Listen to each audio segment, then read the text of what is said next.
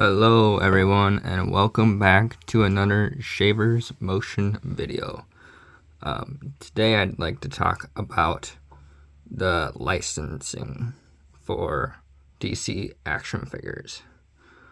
Currently, DC Multiverse Mcfarlane holds the license, but in 2026, Mattel will officially get the license back.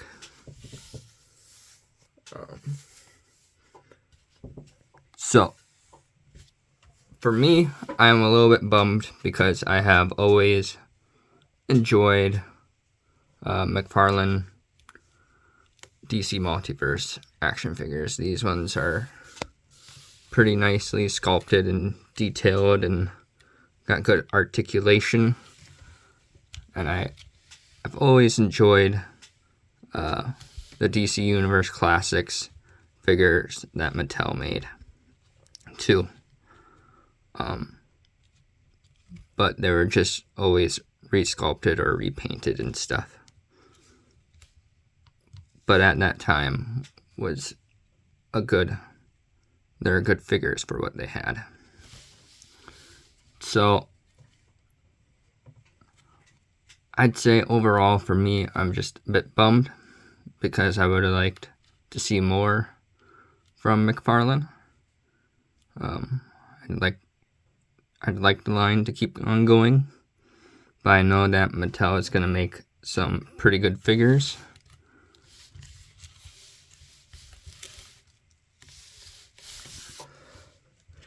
I've been collecting some of Mattel's He-Man line, and they are currently like pinless.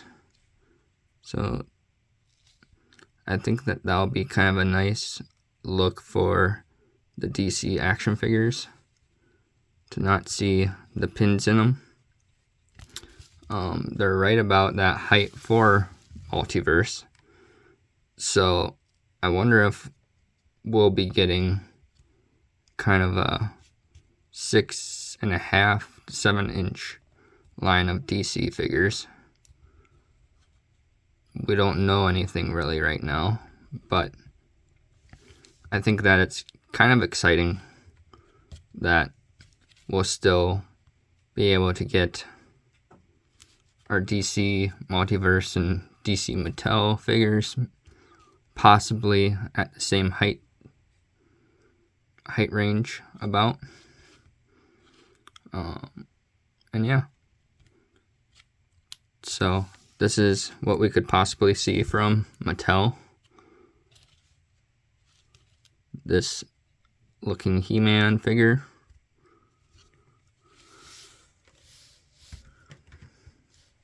I probably won't be collecting them right away because I already have a bunch of Batman and Superman.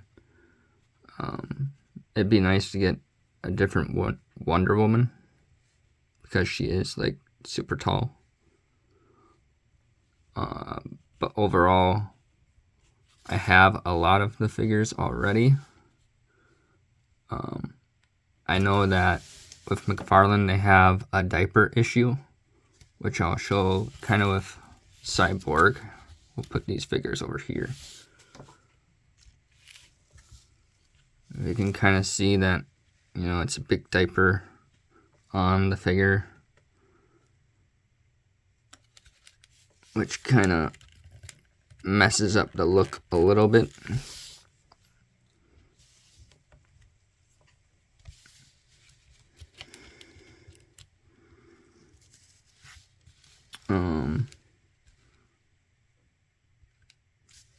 And then I just think that the sculpt work though is nice, and the detail. I wish that there was maybe a little bit more wash on the figures or a little bit more paint job. I know Earth 2 Superman, if you look on the backside of his belt, it's not even painted all the way, which is a bummer. And then sometimes the proportions on the Mcfarlane figures aren't always there. And the yeah, for like the hands and stuff. And so like an example of that would be with Kid Flash.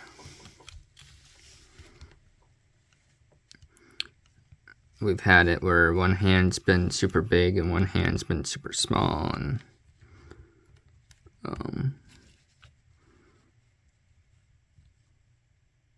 for this wave was also kind of a controversy because it made the figures be $40. I did not pay for my Kid Flash to be $40. I went on eBay and found him way less than $40. I just really want the Kid Flash out of that wave, and so I didn't even get like the Build-A-Figure piece or anything. It was just him and his hands, which is all I really wanted, and that's what I got. But yeah, I'm interested to see in what the price points will be on these new figures too. I know the collectible ones for Mcfarlane are like $30, which is a lot. And sometimes you don't get a lot in the sets. But that is what it is, and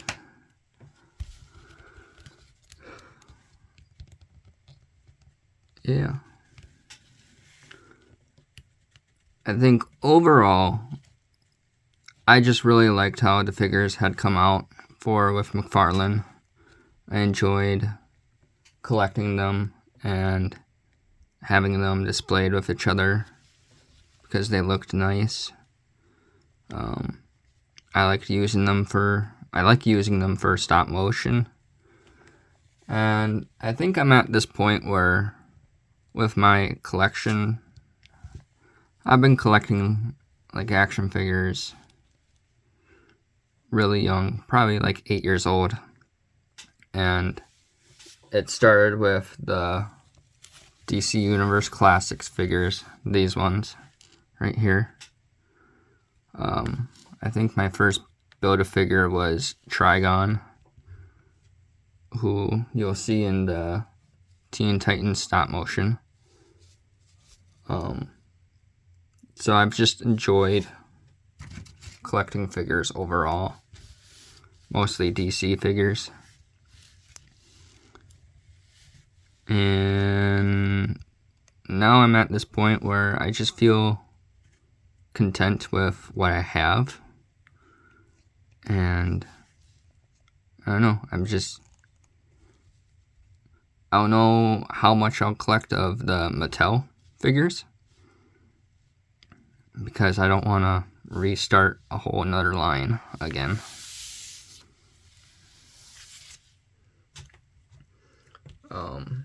I think one thing that Mcfarlane has done is gave us some obscure characters.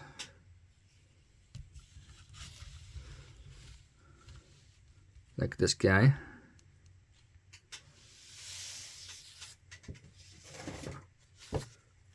Or like the Clock King.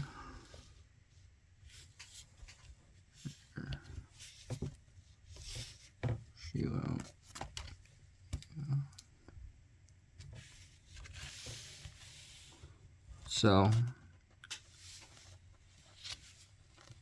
that's always been kind of a nice thing to have, is learning about new characters or having different Batmans and Supermans. And yeah, I feel like I could collect figures that I haven't been able to collect from the DC Universe Classics. Being able to get like a whole line or wave, whereas when I was little, having to get $15 to go out and get a figure, as like a kid saving up your money from chores and stuff, would be hard at times, so I didn't always get the whole wave, and that always kind of set me back, and I'd have to like pick and choose. Whereas now I'm able to get a lot of these figures and a lot of the waves, and be able to really get like a completed set from Mcfarlane, and yeah, just I think it's just time difference from when I was a kid to now. I still love my DC Universe classic figures. I hold on to them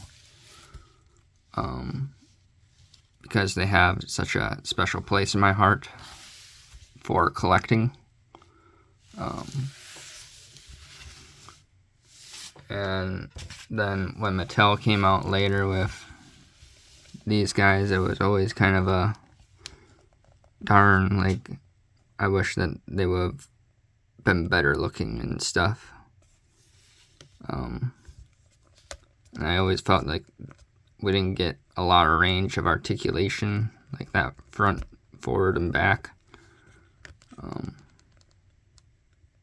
And then the cape kind of got in the way for some of the characters.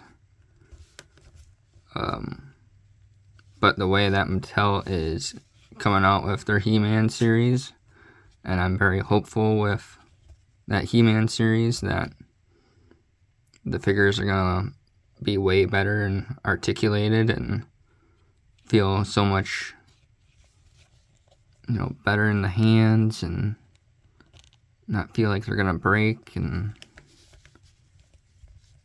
yeah, so I'm excited for a bunch of other collectors to be collecting the line from Mattel. But I'm just content with what I've got, and my collection is nice, and I guess I'm ready to, I won't say be done collecting, but just not collect as much. It's going to be very much a pick and choose type of time for me now, and so I feel like I'm going to be saving a lot more money. Thanks for watching, and let me know your thoughts down below on Mattel and DC Multiverse. Did you like the DC Multiverse Mcfarlane line? And are you excited for the Mattel DC line in 2026? Bye!